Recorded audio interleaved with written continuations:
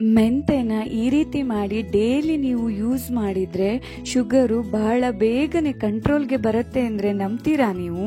ಹಾಗಿದ್ರೆ ಈ ವಿಡಿಯೋನ ಮಿಸ್ ಮಾಡದೆ ಕೊನೆ ತನಕ ನೋಡಿ. ಹಾಗೇನೆ ಯಾರು ಚಾನೆಲ್ನ ಹೊಸದಾಗಿ ನೋಡ್ತಾ ಇದ್ರೆ ದಯವಿಟ್ಟು ಸಬ್ಸ್ಕ್ರೈಬ್ ಮಾಡಿ. Hi hello everyone, welcome to Hegde's corner. ಎಲ್ರು ಚೆನ್ನಾಗಿದ್ದೀರಾ ಅಂತ ಅನ್ಕೋತೀನಿ. ಇವತ್ತಿನ ವಿಡಿಯೋ ಏನಪ್ಪಾ ಅಂದ್ರೆ ಮೆಂತೆ ಕಾಳು. ಎಲ್ರ ಅಡಿಗೆ ಮನೆಯಲ್ಲೂ ಇದ್ದೇ ಇರತ್ತೆ ಈ ಮೆಂತೆ ಕಾಳು.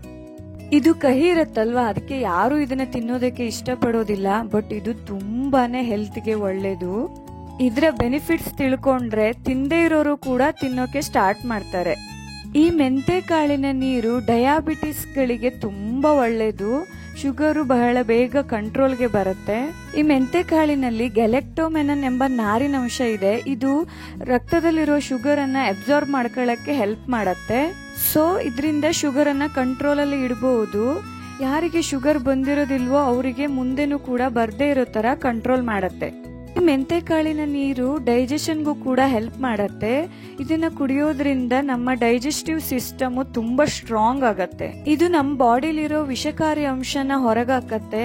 ಹಾಗೇನೆ ಕಿಡ್ನಿ ಸ್ಟೋನ್ ಪ್ರಾಬ್ಲಮ್ ಇರೋರ್ಗೂ ಇದು ಹೆಲ್ಪ್ ಆಗತ್ತೆ. ಹಾಗೇನೆ ನಮ್ಮ ಸ್ಕಿನ್ ಕೂಡ ಗ್ಲೋ ಆಗತ್ತೆ. ಜೊತೆಗೆ ಹೇರ್ ಗ್ರೋತ್ ಆಗಕ್ಕೂ ಹೆಲ್ಪ್ ಆಗತ್ತೆ. ವೇಟ್ ಲಾಸ್ ಮಾಡೋರ್ಗೂ ಇದು ತುಂಬಾನೇ ಬೆಸ್ಟ್ ಫುಡ್. ಬನ್ನಿ ಇವಾಗ ಈ ಮೆಂತೆ ಕಾಳಿನ ನೀರನ್ನ ಹೇಗ್ ಮಾಡೋದು, ಯಾವ ತರ ಯೂಸ್ ಮಾಡಿದ್ರೆ ಹೆಲ್ಪ್ ಆಗತ್ತೆ ಅಂತ ನೋಡೋಣ. 1 ಸ್ಪೂನ್ ಆಗುವಷ್ಟು ಮೆಂತೆ ಕಾಳನ್ನ ತಗೊಂಡಿದ್ದೀನಿ. ಬರೀ 1 ಸ್ಪೂನ್ ಸಾಕಾಗತ್ತೆ, ಜಾಸ್ತಿನೂ ತಗೊಳ್ಬಾರ್ದು. ಬರೀ 1 ಸ್ಪೂನ್ ಅಷ್ಟೇ ಯೂಸ್ ಮಾಡಿದ್ದೀನಿ. ಈ ಮೆಂತೆ ನೀರನ್ನ ಖಾಲಿ ಹೊಟ್ಟೆಲಿನೇ ತಗೋಬೇಕು. ಇದಕ್ಕೆ 1 ಗ್ಲಾಸ್ ಆಗುವಷ್ಟು ನೀರನ್ನ ಆಡ್ ಮಾಡ್ತಾ ಇದ್ದೀನಿ. ಇದು ಲೇಡೀಸ್ಗೆ ಪೀರಿಯಡ್ ಆದಾಗ ಹೊಟ್ಟೆ ನೋವು ಬರುತ್ತಲ್ವಾ, ಅದನ್ನ ಕಂಟ್ರೋಲ್ ಮಾಡೋಕ್ಕೂ ಕೂಡ ಹೆಲ್ಪ್ ಆಗತ್ತೆ. ಇದು ಮೌತ್ ಅಲ್ಸರ್ಗೂ ಕೂಡ ಬೆಸ್ಟ್ ಹೋಮ್ ರೆಮಿಡಿ.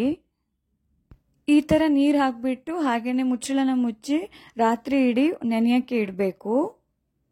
ನೋಡಿ ಇವಾಗ ಮಾರ್ನಿಂಗ್ ಅದು ಎಷ್ಟು ಚೆನ್ನಾಗಿ ನೆಂದಿದೆ ಅಂತ. ನೀರಲ್ಲಿ ನೆಂದು ಕಾಳೆಲ್ಲ ದೊಡ್ಡದಾಗಿದೆ.